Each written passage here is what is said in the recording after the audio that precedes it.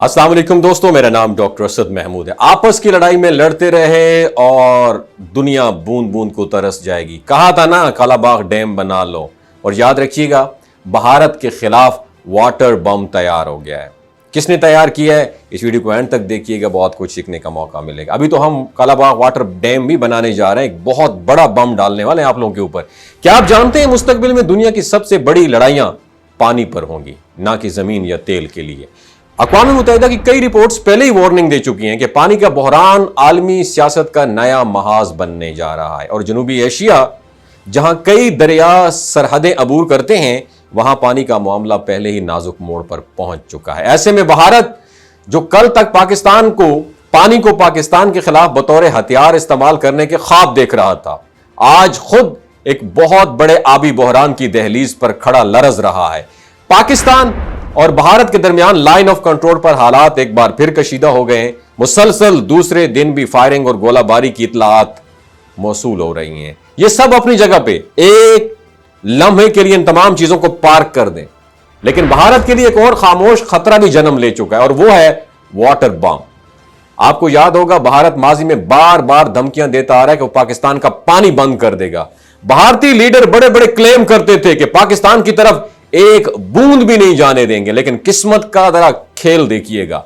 आज खुद भारत की मीडिया में इस बात का एतराफ हो रहा है कि एक नया वाटर बम भारत के खिलाफ तैयार हो रहा है। और यह बम किसी और ने नहीं, बल्कि पाकिस्तान का जिगरी यार चाइना ने तैयार करना शुरू कर दिया है। कहानी कुछ यूं है कि चीन तिब्बत के इलाके में एक अजीम शान डैम तैयार कर रहा है, जिसे यारलोंग ज़ैंगोपुर रिवर या डैम कहा जाता है। और यह दरिया, जो चीन में यारलोंग ज़ैंगपुर, भारत में ब्रह्मपुत्रा और फिर आगे बांग्लादेश में जमुना के नाम से जाना जाता है, पूरे खित्ते में जिंदगी की शाहरग की हैसियत रखता है। यह डैम, चाइना का यह मंसूबा मामूली नहीं है मेरी जान। अगर यह डैम मुकम्मल हो जाता है तो चाइना को यह इख्तियार, अथॉरिटी हासिल होगी कि वो इस दरिया के पानी का बहाव अपनी मर्जी से रोके या फिर छोड़ दे। भारत को डर है अभी कि अगर चाइना ने पानी रोक लिया तो भारत के मशरकी इलाके खुश्क साली, कहत साली का शिकार हो सकते हैं, ज़राअत तबाह हो सकती है और आवाम को शदीद मुश्किलात का सामना करना पड़ सकता है। यह वही भारत है जो कल तक पाकिस्तान को पानी रोकने की धमकियां देता था, लेकिन अब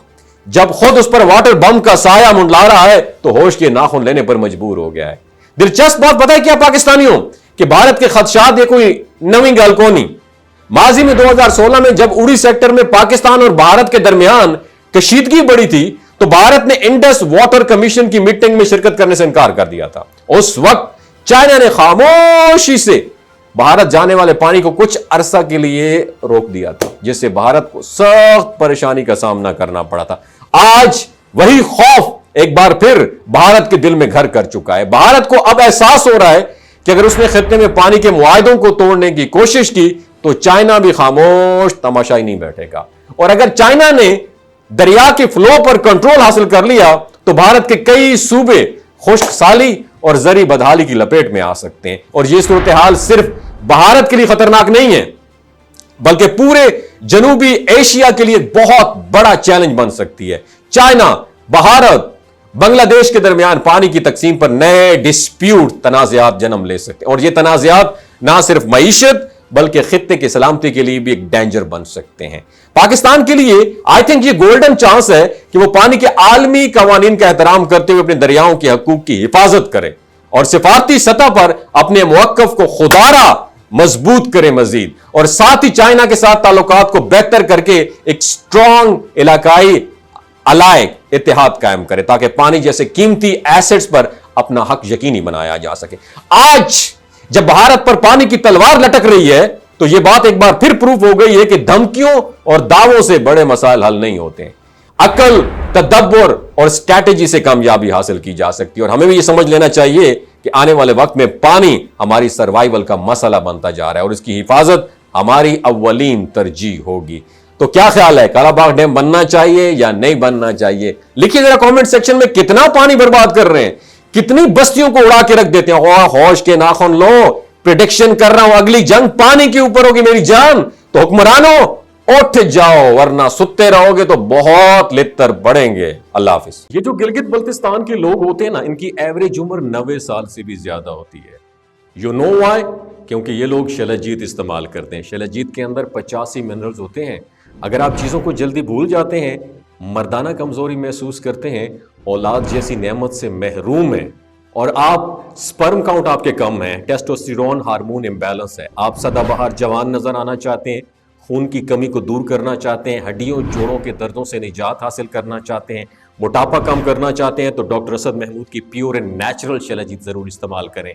ایک بات آپ نے دماغ کی کھڑکیوں کو کھول کے اپنی سننی ہے، ہمیشہ آرگینک اور قدرتی چیزوں کا استعمال کریں. کیمیکل والے فوڈ سپلیمنٹ خدا رہا استعمال نہیں کرنے. اگر آپ ڈاکٹر اسد محمود کی پیور اینڈ نیچرل شلجیت کو آرڈر کرنا چاہتے ہیں، نیچے دیے گئے نمبر پر واٹس ایپ کریں. 3 باتوں کا خیال رکھنا ہے: ہائی بلڈ پریشر میں مبتلا افراد، خواتین جو پریگننٹ ہیں، اور 15 سے 20 سال کی جو نوجوان نسل ہے جو غیر شادی شدہ ہیں، اپنے سیکشول پاور کو بوسٹ کرنے کے لیے استعمال کرنا چاہتے ہیں، تو ڈاکٹر کی ایڈوائس کے بغیر استعمال نہ کریں. باقی سارے لوگ بے دھڑک گرمی اور سردیوں میں استعمال کر سکتے ہیں. اپنا بہت خیال رکھیے گا. اللہ حافظ.